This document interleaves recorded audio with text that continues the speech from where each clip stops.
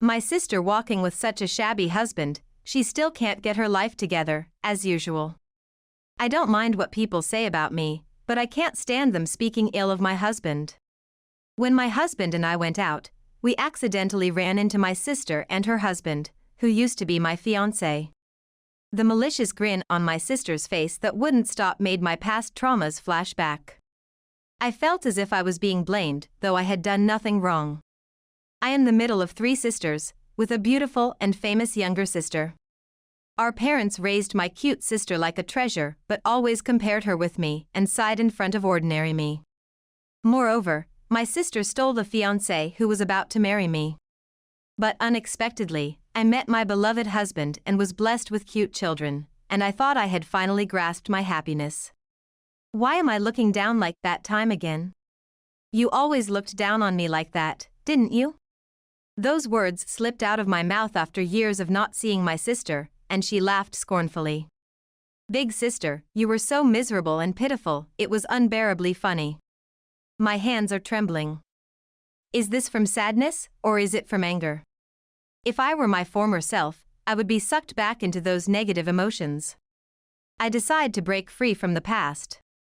I raise my head and look straight at my sister, who was once called a beautiful girl, but now her resemblance has faded. This is a farewell. To the painful past, to the pitiful me, and to the sister in front of me. No more mercy. That's the end of such rude remarks. I am Kate Brown. 45 years old. While raising 2 elementary school-aged children, I work at the same company as my husband, Steve. We have a decent income and lead a satisfying life. If I may talk about myself, my life turned around after I met my husband. Born in the middle of 3 sisters, I was called a bad child by my parents. Especially, I was often compared to my excellent younger sister, and each time, my parents would sigh. Furthermore, my sister had a well-formed face, unbelievable to have come from my father and mother. At that time, she was a famous beauty in the neighborhood, and the parental doting on her was tremendous. My parents always affirmed whatever my sister said and never scolded her. And the sister, raised with money and affection, grew into a very beautiful and smart woman. My sister and I were often compared, especially I, who had worse grades than my sister, received all the scolding from our parents. Why can't you do like your sister? It was painful to be asked something that had no answer. My parents only praised and boasted about my sister. By the time I graduated from high school, my parents had no expectations for me, and I got a job at a small local company. There, I met a man. His name was Jim, an older man working at a client company.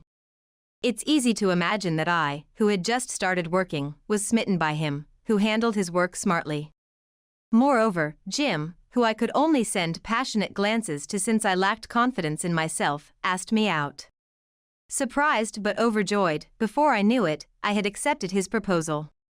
I hadn't had happiness in my life, so God gave me a present. I seriously thought so, but happiness crumbled quickly. It was the day he came to greet my parents. The moment he saw my sister, I understood. He was captivated by my beautiful sister.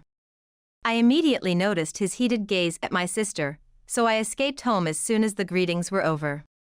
Distressed, I confronted him several times. "You love me, right?" "Of course," he said, trying to calm me down, but I couldn't settle down. The image of my smirking sister stuck in my mind.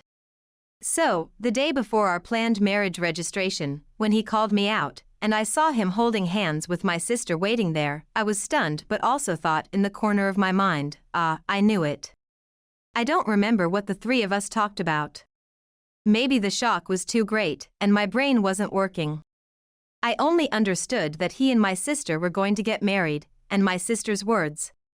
"He is too good for you, big sister." Then, when my sister suddenly announced her marriage, my parents didn't oppose it, rather, they were more delighted than when I announced my marriage. Indeed, my parents only saw my sister. Losing my fiancé and feeling like I had lost my family, I couldn't recover from the sadness and became confined to my room. I was in so much pain I wanted to disappear. But only my kind sister, who had always been kind since childhood, stayed by my side, allowing me to recover little by little. I really can't thank my sister enough. Then, as I was wondering what to do next, my sister suggested I move out, taking this as an opportunity. With no lingering feelings for my parents or my ex-fiancé, I decided to move to a faraway town as my sister suggested. When I submitted my resignation, a boss mentioned that he had a connection in that town and offered to introduce me to a job.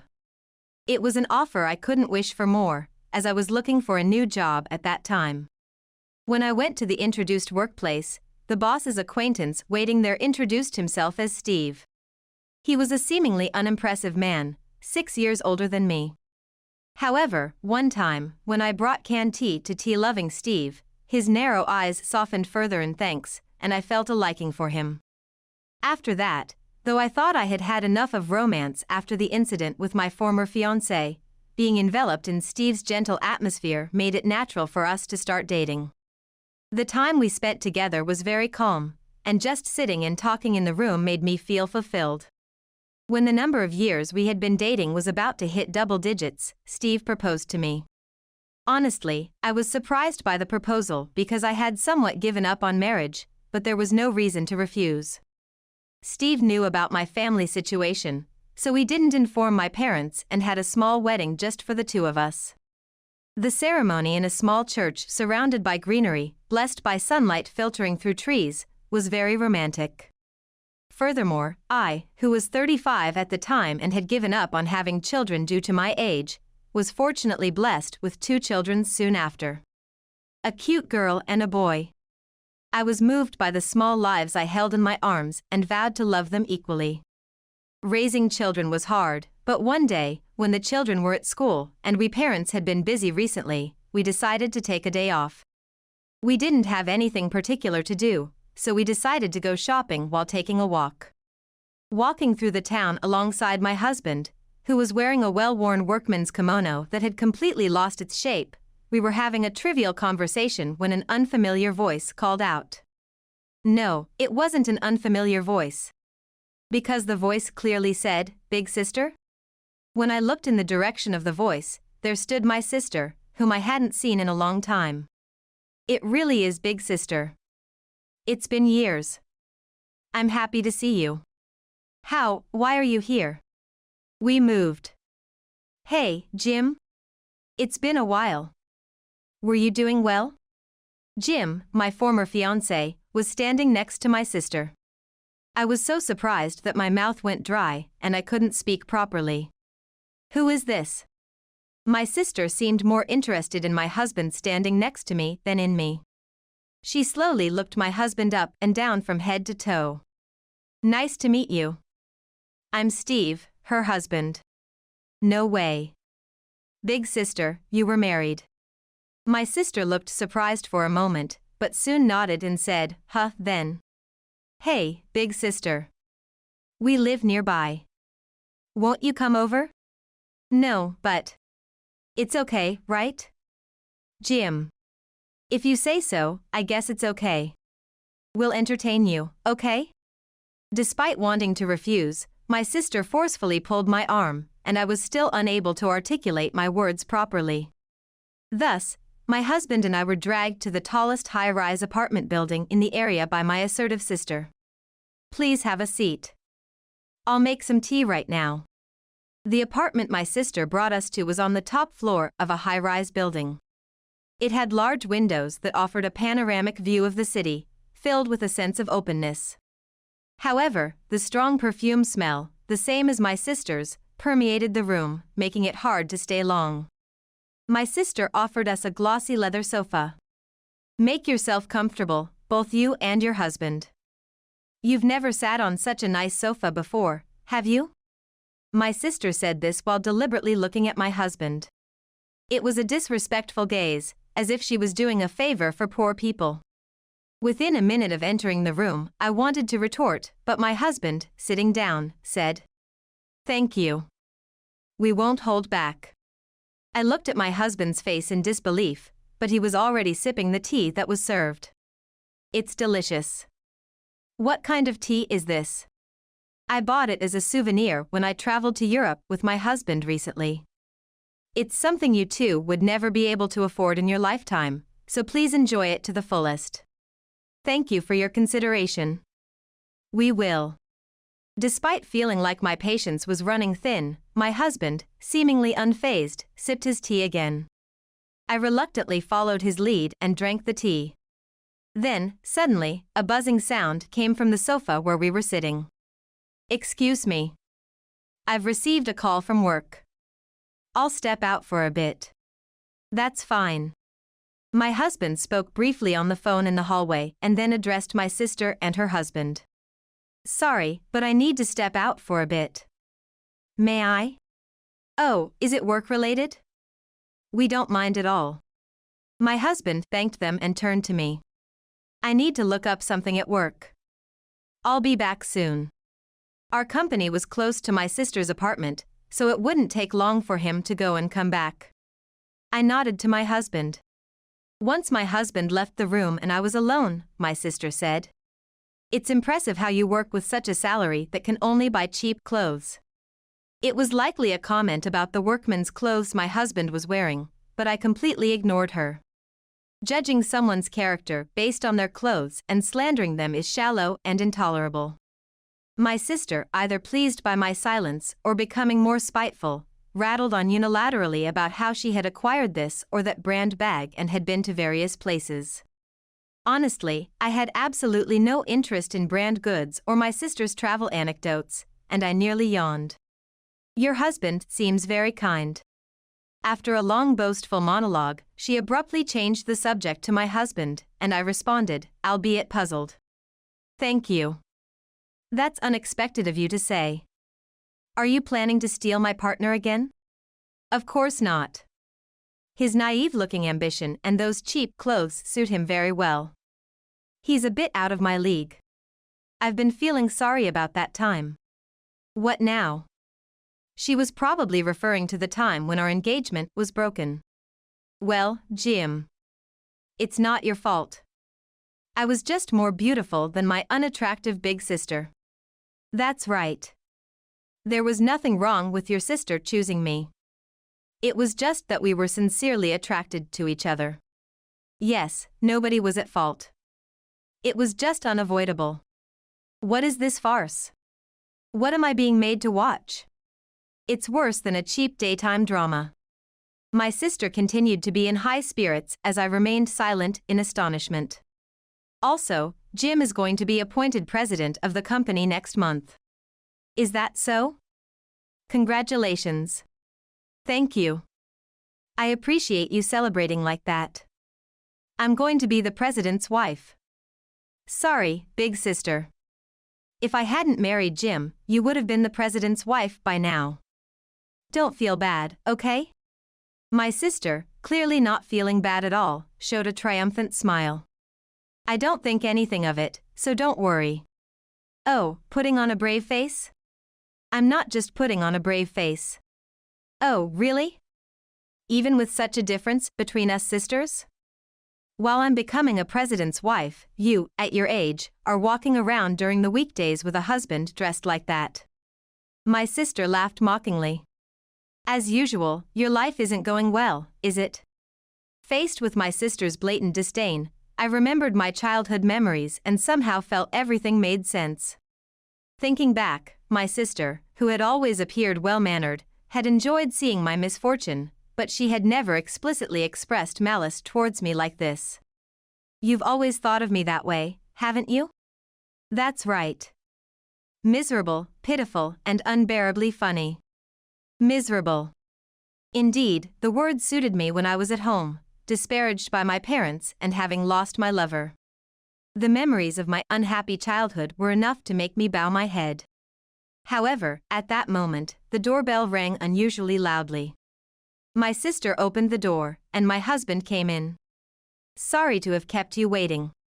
Holding a bag that he didn't have when he left, my husband, who had returned from work, sat next to me and glanced at me with concern. That's right, his calm kindness had indeed healed my once wounded heart. Wanting to reassure him that I was okay, I nodded my head once. I was done being silent and looking down. Is the company where your husband is going to be appointed president here? I took documents out of my husband's bag and spread them out on the table. What's this all of a sudden? How do you know about this? And what is this paper? Indeed, it was so. You'd be wise to shut that disrespectful mouth of yours right now. What did you say? My sister, apparently surprised to be contradicted by me, her expression that had been smug and boastful throughout turned bright red in an instant. Who are you talking to like that? That's right, what's with the sudden rudeness? We invited you here thinking you are the wife's sister. I didn't ask for this. After what happened before, do you think I'm happy to be talking with you? Indeed, you were shocked by what happened back then. I'll say it again, it wasn't your fault. It was just that your charm was less than my wife's. Huh? Say it twice? What are you talking about? Oh, it's about the time when your husband wasn't here. Your wife seemed to be very sad that she couldn't marry me, so I was just consoling her. How could I have ever considered marrying such a man? Suddenly, I felt a chill. Oh. That's quite different from what I've heard. My wife told me about a man who had promised to marry her but cheated right before the registration. That's because she wasn't attractive enough, so I told her not to worry about it. The moment Jim said those words, my husband Steve's face took on an unusually stern expression. Please stop insulting my wife. I didn't mean to insult her. I just meant that she suits a plain man like you. That's right, that's right. A big company president like Jim matches someone like me. Speaking of which, congratulations on becoming president. Ah, thank you. If you ever have trouble with money, just let me know. I might consider giving you a little help. Well, it looks like we're going to have a long relationship. My company is going to acquire yours. What? At my husband's remark, my sister and her husband looked absolutely foolish. Their previously babbling mouths were now awkwardly half open, completely motionless. A brief silence ensued. The first to reboot was my prideful sister. What silly things are you saying? You're just jealous of us, making up such vulgar lies. That's right. Stop joking around. My sister and her husband started making a fuss together. Amidst their clamor that threatened to spill the expensive tea on the table, my husband calmly slid his business card in front of them. Let me reintroduce myself. On my husband's business card was the name of a competitor company of Jim's employer, along with the title CEO. CEO, director? Huh? I can't believe someone dressed so cheaply could be a president. As for the clothes, it's a day off today. Moreover, no matter what my position may be, people like you who judge others by their clothes have no right to say anything. What did you say? My husband often wears workman's clothes because they are light and cool. Despite their being worn and shapeless, my sister has imposed a great deal of prejudice on him. It's his freedom to wear whatever he wants when not in a public setting, but she, crazily shouting lies and unable to understand that, looks downright ugly in her rage. Lies. I can't believe it. President? You're a president like me? Oh. Aren't you just scheduled to become a president, not one yet? Shut up. That doesn't matter. What's this about an acquisition? I don't know anything about it. You don't know? That's funny. Then, you're also unaware that your own company has been performing so poorly that it can't recover on its own? Huh? That can't be. I see. It seems we need to reconsider some personnel decisions. Wait. Don't rush the conversation. Actually, I just received a report at the company that the acquisition negotiations are likely to materialize. You might not believe my words, but perhaps you'll believe the people at your own company. You should check with them. What did you say? Whether Jim liked it or not, a soulless electronic tone rang out. It was Jim's smartphone. Hesitant to answer due to the timing, Jim, urged by my husband, cautiously picked up the phone. Jim's face turned increasingly pale, and sweat began to bead on his forehead. Do you believe the acquisition talk now? What are you trying to say? I wonder why your company's performance is so poor. Even if we hadn't seen each other for a while, we are indeed sisters by blood.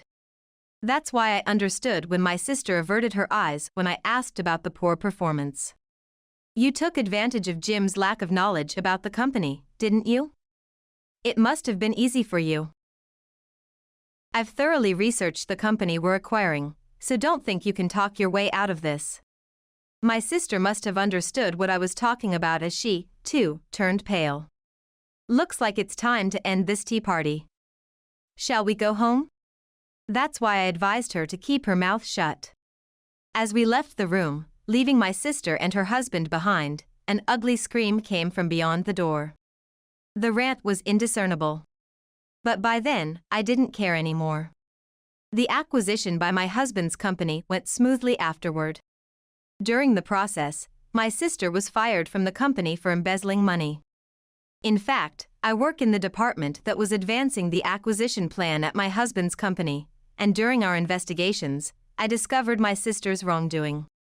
She must have been quite confident it wouldn't be discovered, having pocketed a significant amount of money. After the tea party, I reported my sister's embezzlement to Jim, and an enraged Jim confronted her, leading to the discovery of her affair. It seems my sister had been using the embezzled money to have fun with her lover. After a dramatic showdown, my sister and her husband divorced. It's impressive how the same mouth that spun out those melodramatic lies could do such things. By the way, I know what happened to my sister afterward because, after being divorced and kicked out of her home, she came crying back to our parents' house, and my sister told me so. My sister and her husband now hold the real power at home and had thoroughly turned her away. My parents were still alive and argued that it was pitiful for my sister, but when my sister said she would stop supporting them financially if they let my sister stay, they immediately backed down. Despite their previous doting on her compared to us. I didn't care about my parents anymore, but even I was amazed by this. Having lost her job and partner, and left with only debts from the alimony for her affair, my sister couldn't get help from anyone and is now living a meager life while repaying her debts. Actually, I think I might help her if she comes crying to me. After all, thanks to her stealing my fiancé back then, I now have a happy life surrounded by my kind husband and beloved children.